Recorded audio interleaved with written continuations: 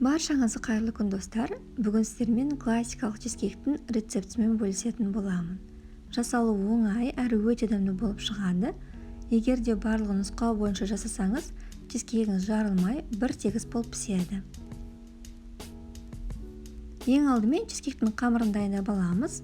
Ол үшін осындай печеньені езіп, кружкаға айналдыруымыз қажет. Мен блендермен істедім, оны қолмен де істеңіз болады.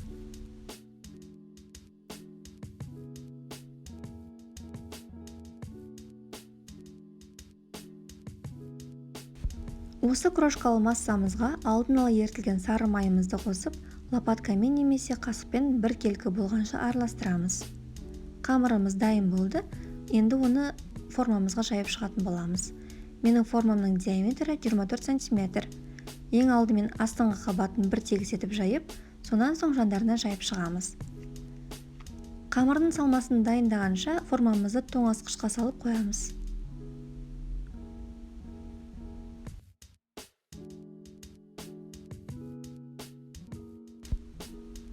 Чизкейктің салмасын дайындайтын боламыз. Ол үшін сүзбелі ірімшікке қантты қосып, миксердің баяу жылдамдығында араластыратын боламыз. Көп араластырмаймыз, тек бір келкі масса болғанға дейін араластырамыз. Енді осыған жүгері крахмалын, ванилин қосамыз.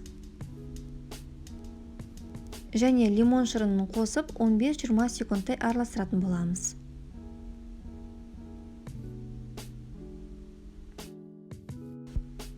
Салқын сливкиді және қаймақты бірге қосып миксерлейтін боламыз. Оны да көп миксерлеудің қажеті жоқ, тек қана бір келкі масса болғанша миксерлейміз. Енді жұмыртқаларымызды бір-бірден қосатын боламыз. Көп миксерлеудің қажеті жоқ, тек қана массамыз бір келкі болғанға дейін араластырып отырамыз.